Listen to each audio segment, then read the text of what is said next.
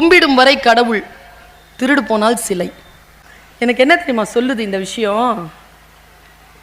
எந்த இடத்துல யார் இருக்கணுமோ அந்த இடத்துல இருந்தாதான் அதுக்கு மரியாதை. அங்கிருந்து இடம் பெயர்ந்துருச்சுன்னா மரியாதை இல்லை. பையன் சொன்னானா, அப்பா குப்பைக்காரன் வந்திருக்கான், குப்பை போடுன்னு. அப்பா சொன்னார், அவர் நம் குப்பையை சுத்தம் செய்ய வந்த குப்பைக்காரர், அவருக்கு குப்பை போடுகின்ற நாம் தான் குப்பைக்காரர்.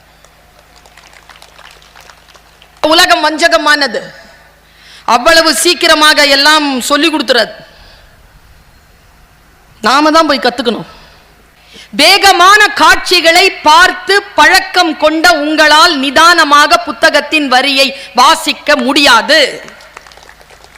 நிதானமாக புத்தகத்தை வாசிக்கக்கூடிய தியானம் இருக்க வேண்டும் என்றால் வேகமான காட்சிகளை பார்ப்பதிலிருந்து உங்களை காப்பாற்றிக் கொள்ளுங்கள். நிதானம் கொண்டவர்களால் தான், தியானமுடையவர்களால் தான் புத்தகங்களை வாசிக்க முடியும். ரெண்டு விஷயம் தாங்க இந்த உலகத்திலேயே 100% தியானத்தோடு செய்யக்கூடிய வேலை ரெண்டு தான். ஒன்று கிரவுண்ட்ல விளையாடுறது, ரெண்டாவது நூலகத்துல படிக்கிறது. இந்த ரெண்டு வேலை செய்யும் பொழுது உங்களுடைய புத்தி வேறு நிலையில் செயல்படாது. அப்படி செயல்பட்டால் உங்களால் விளையாடவோ வாசிக்கவோ முடியாது. 100% உங்களை வச்சுக்கிட்டு இருக்கக்கூடிய ஒரு விஷயம் அது. பாரதியினுடைய பாட்டு ஒன்று சொல்லுங்கன்னு சொன்ன நீங்க என்ன பாட்டு சொல்வீங்க? அதே பாட்டு தான். சொல்லு. வேற பாட்டு நமக்கு தெரியாதுங்க நம்ம குழந்தைகளுக்கு. ஓடி விளையாடு பாப்பா, நீ ஓய்ந்திருக்கலாகாது பாப்பா, கூடி விளையாடு பாப்பா, ஒரு குழந்தையை வையாதே பாப்பா. அடுத்தது, காலை எழுந்தவுடன் படிப்பு, பின்பு கனிவு கொடுக்கும் நல்ல பாட்டு, மாலை முழுதும் விளையாட்டு என்று வழக்கப்படுத்திக் கொள்ளு பாப்பா. பாரதி. ஓகேவா? அடுத்ததான் வந்த பாரதிதாசன். அவர் என்ன சொல்றார்? காலையில படி, மத்தியானம் முழுக்க பாடு, சாயந்தரம் முழுக்க விளையாடுன்ட்டார். அவர் சூப்பர் மாஸ்டர் அவர். ஆனா அடுத்து வந்த பாரதிதாசனுக்கு இதுல உடன்பாடு இல்லை. காலையில மட்டும் படிச்சா போதாது. பாரதிதாசன் பேசுறாருங்க, படி படி. காலையில் எழுந்தவுடன் படிப்புலாம் இல்ல, கடுமையா சொல்றார். படி படி படி, காலையில் படி, கடும் பகல் படி, மாலை இரவு பொருள் படும் படி, நூலை படி. படிச்சுக்கிட்டே இருங்கிறார். லண்டன்ல இருக்கக்கூடிய புத்தக பெரிய நூலகம் இருக்குங்க, பிரிட்டிஷ் லைப்ரரி, பெரிய லைப்ரரி. அந்த பெரிய லைப்ரரியில 2 பேர் தான் எல்லா புக்கையும் படிச்சு தீர்த்திருக்காங்க. ஒருத்தங்க காரல் மார்க்ஸ், இன்னொருத்தர் அறிவர் அம்பேத்கர். இது அங்க பதிவு செய்யப்பட்டு புத்தகம் எல்லாம் கடல்ல கவிழ்ந்து போனதற்கு பிறகு புத்தகம் வாங்குவதற்கு காசு இல்லாமல், பரோடாவிற்கு காசு இல்லாமல் வந்து சேர்ந்து விட்டு 4 வருடம் சலுகை வாங்கிக் கொண்டு மீண்டும் திரும்பி கடனாளியாக போய் புத்தகம் வாங்க முடியாமல் நூலகத்தில் படித்து முடித்து விட்டு நமக்கான சட்ட திட்டங்களை எழுதி கொடுத்தவர் அறிவர் அம்பேத்கர். நான் சொன்னால் உனக்கு ஏன் கோபம் வருகிறதுன்னு சொல்லிட்டு ஒரு புத்தக தொகுப்பு பசுகௌதமன் எழுதியிருக்கிறார், தொகுத்து இருக்கார். பெரியார் பற்றிய புத்தகம் வாசித்து கடந்து விடுங்கள். தேர்ந்தெடுக்க வேண்டும் நாம் எதை கற்றுக்கொள்வது என்று. சில புத்தகங்கள் வாசிக்கின்ற பொழுது 400 பக்கம் இருக்கும். 400 பக்கத்துல 389வது பக்கத்துல ஒரு 2 வரி இருக்கும் பாருங்க. நம்ம வாழ்க்கையை சேஞ்ச் பண்ணும். அந்த 2 வரிக்காக நான் அந்த 400 புத்தகங்களை 7 நாட்கள் தொடர்ந்து வாசித்தாக வேண்டும். அப்பொழுதுதான் எனக்கு அந்த 2 வரிகள் எனக்கு கிடைக்கும். படிக்க வேண்டிய எல்லாம் படித்து முடித்து விட்டாலும் எல்லாம் புரிந்து எல்லாம் வாழ்க்கையெல்லாம் போக முடியாது. அது அதுக்குன்னு சொல்லிட்டு ஒரு அளவு இருக்கு. இலக்கு யார் தெரியுமா? ஒண்ணுதாங்க, ஒண்ணுதான் இலக்கு.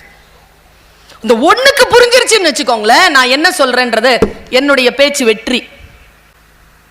அவ்வளவு இருக்கிறது. அவ்வளவு சீக்கிரமாக நாம் எதையும் புரிந்து கொள்ளவே முடியாதபடிக்கான வாழ்வியலில் கற்பிதங்களும் ஏற்கனவே இருக்கக்கூடிய விழுமியங்களும் அறமும் நம்முடைய மண்டையை அடைச்சுக்கிட்டு இருக்கு.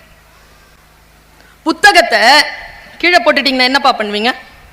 கால் பட்டுருச்சுன்னா எடுத்து தொட்டு கும்பிடுவியா? ஏன்? உங்களுக்கு தெரியுமா, படிச்சு முடிச்சுட்டாதான் தெரியுது சில புத்தகங்களை காலால எட்டி உதைச்சி கிழிச்சு நெருப்புல போடணும்னு. படிச்சாதாங்க தெரியுது. எல்லாத்தையும் எடுத்து கண்ணில் ஊத்திக்க முடியாதியா, அதுக்கு பேர் தான் புத்தி. சில விஷயங்களை வாசித்து புரிந்து கொண்டால் தானே இது தவறு இது சரி என்று நமக்கு தெரிகிறது. யாரோ ஒருவர் சொல்லிவிட்டு போகிறார்கள் என்பதற்காக நாம் அதை புரிந்து கொள்ள அதே போல நடந்துவிட முடியுமா? கிடையாது. யார் பேச்சாளர்கள், யார் அரசியல் செய்கின்றவர்கள், யார் நடிகர்கள் தெரியலைங்க நமக்கு. ஆழமாக படித்து உணர்கின்ற பொழுதுதான் இது சரி இது தவறு என்பதனை நம்மால் புரிந்து கொள்ள முடியும். அதற்காக வாசியுங்கள், அது அறிவு கருவூலம். மூங்கில எல்லாரும் ஏன் சொன்னாங்கன்னா, கூடவே நிறைய மரங்கள் வளர்த்துருக்கோம். அப்படி நிறைய மரங்கள் இருக்குதே, மூங்கில் மட்டுமா அப்படி வளர்த்துது? மூங்கில் எப்படிப்பட்டது தெரியுமா?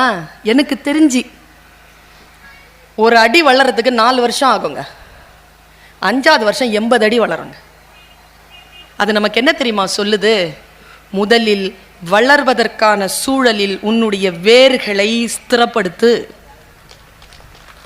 அதற்கு காலத்தை கொடு, ஒரு இடத்தில் தரித்து நில், ஆழமான விஷயங்களை கற்றுக்கொள். அதற்கு பிறகு உன்னுடைய வளர்ச்சியை யாராலும் தடுக்க முடியாது என்பதனை மூங்கில் எனக்கு சொல்லித் தருவதாக நான் உணர்கிறேன். இங்க ஒரு சீட் இருக்குல்ல, அங்க ஒரு சீட் இருக்குல்லப்பா, நீ உட்காந்துருக்கல அந்த சீட்டு, அதுக்கும் இதுக்கும் எவ்வளோப்பா அளவு வித்தியாசம்? எத்தனை அடி இருக்கும்பா? 15 அடி இருக்குமா? 10 அடி இருக்குமா? 15 அடின்னு வச்சுக்கோயேன். நீ உட்காந்துடலாமா? அதில்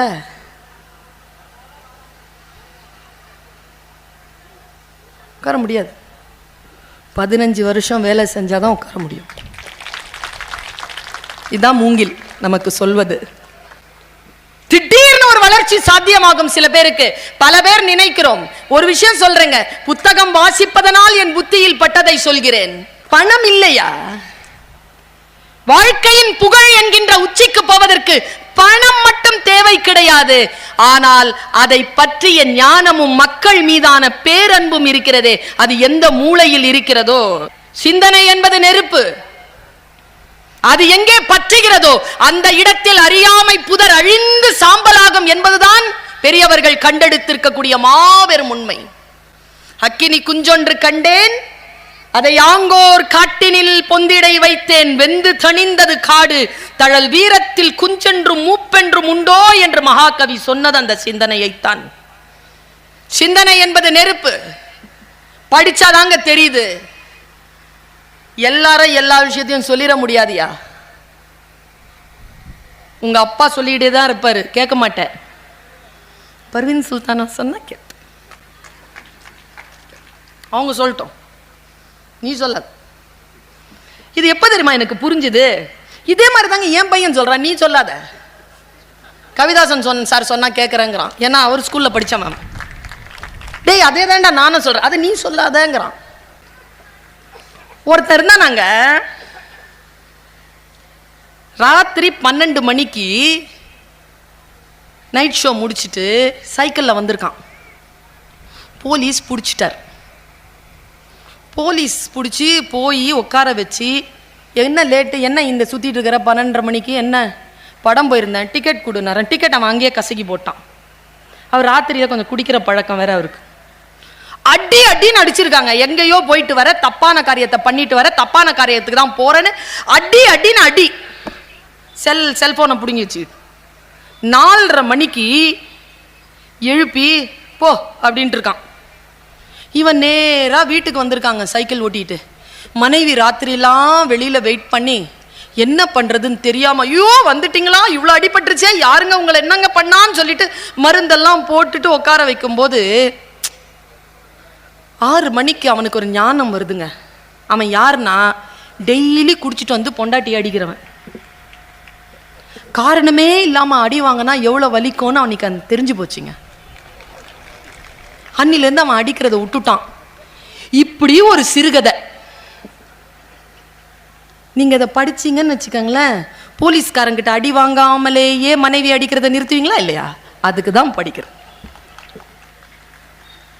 அனுபவம் என்ன செய்யும் என்றால், மற்றவர்களுடைய அனுபவம் என்ன செய்யும் என்றால், நாம் மூழ்கி விடாமல் நம்மை காப்பாற்றி நமக்கு சிறகு தரும். பறவைக்கு மட்டும் 2-3 குணம் இருக்குங்க. அது நீந்தும், நடக்கும், பறக்கும். பார்த்திருக்கீங்களா? நிறைய விலங்குகளுக்கு அது இல்லை.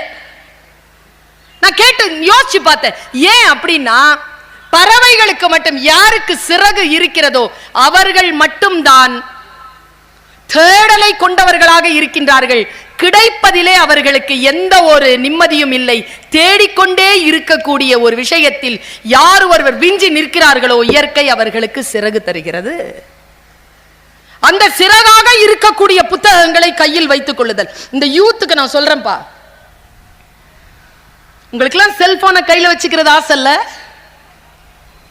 முக்கியமா இந்த பொம்பளை பிள்ளைங்களை பார்க்கிறேன், இப்படிதான் அலையிறாங்க.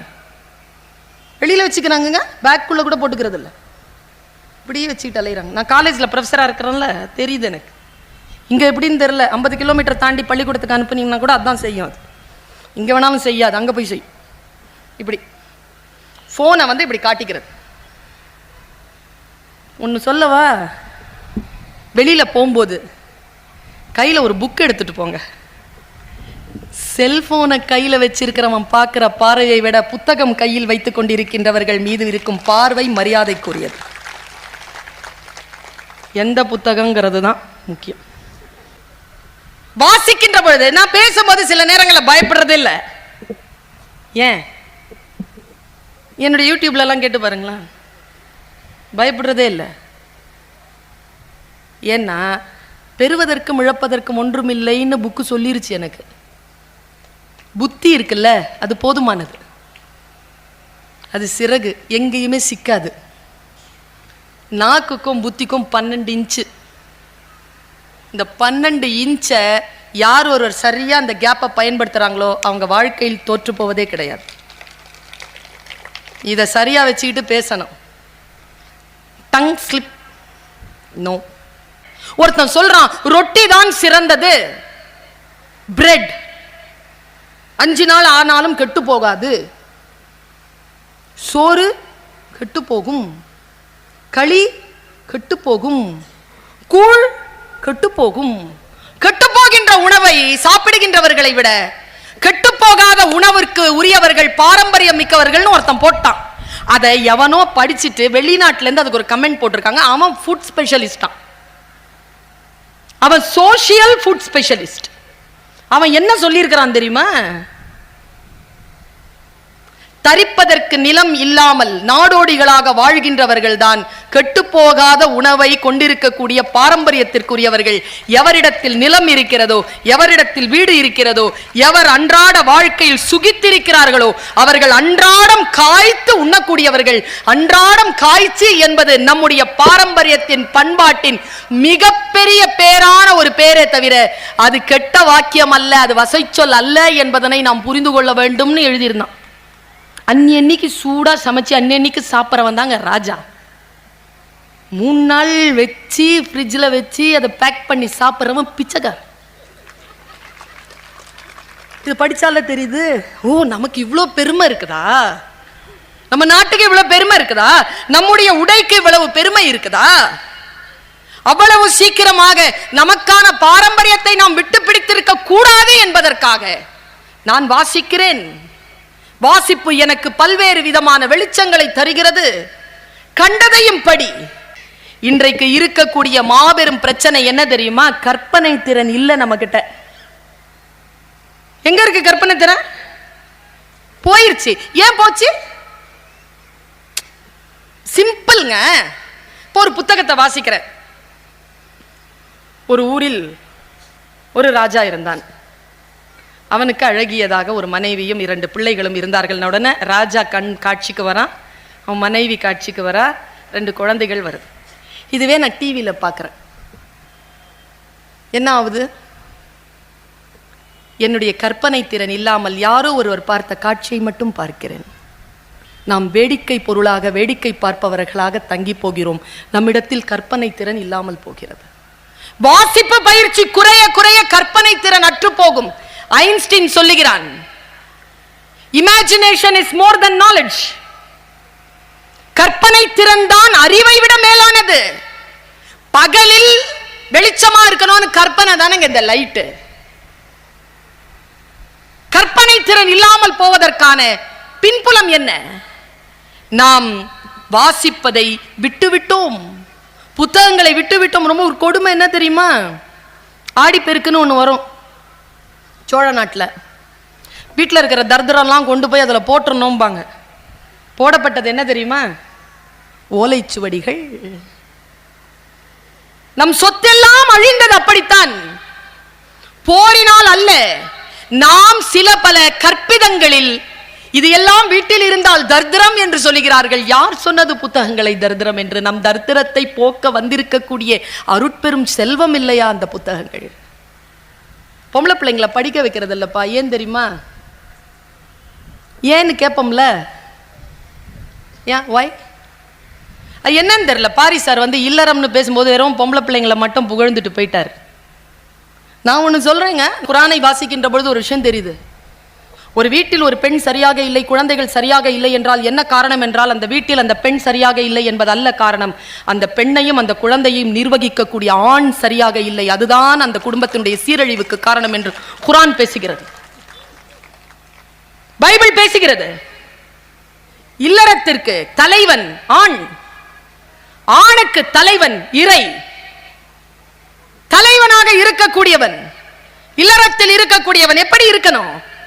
எல்லா விஷயங்களையும் பெண்ணை புகழ்ந்து பேசுவதனால், பெண் மீது ஒரு கருத்தை திணித்து அவளிடத்தில் கை தட்டல் வாங்குவதனால் தீர்ந்துவிட போவது இல்லை. ஆணும் பெண்ணும் சேர்ந்து இருக்கக்கூடிய அந்த இல்லற தூண், இல்லற அறம், இதை பற்றி பழந்தமிழ் இலக்கியங்கள் பேசுவதை நாம் சிந்தித்து பார்க்க வேண்டும். வயசானவர்கள் கிட்ட நான் ஒரு கேள்வி கேட்டேன் ஒரு வாட்டி. இவ்வளோ வயசாயிடுச்சா, ஏன் இப்படி நடந்துக்கிறீங்க? ஒருத்தர் பளிச்சுன்னு சொன்னாருங்க. எனக்கு அப்போதாங்க புத்தி வந்தது. பெரியவர்களை பார்க்கின்ற பொழுது நான் ஒன்றுமே சொல்றது இல்லைங்க. இந்த வயதில் இப்படி நடந்து கொள்கிறீர்களே அப்படின்னு உடனே அவர் சொன்னாரு, இந்த வயதில் எப்படி நடந்து கொள்வது என்று எனக்கு தெரியவில்லை, ஏனென்றால் இந்த வயதில் இதற்கு முன் நான் இருந்ததில்லை. முடிஞ்சு போச்சா? புதுசு தானேயா இந்த வயசு உங்களுக்கு? இதுக்கு முன்னால இருந்தா இருக்கிறீங்க. இந்த வயசுல எப்படி நடந்துக்கணும் தெரிஞ்சுக்கிறதுக்கு. மூச்சு இருக்கின்ற வரைக்கும் வாழ்க்கை, வாழ்க்கை இருக்கின்ற வரைக்கும் சுயமரியாதை, சுயமரியாதை இருக்க வேண்டும் என்றால் புத்தி விழிப்புணர்வில் இருக்கணும், ஆக்ஞையில் இருக்கணும். விழிப்புணர்வோடு இருக்க வேண்டும் என்றால் வாசித்துக் கொண்டே இருக்க வேண்டும். தோழமைகளை படிங்க.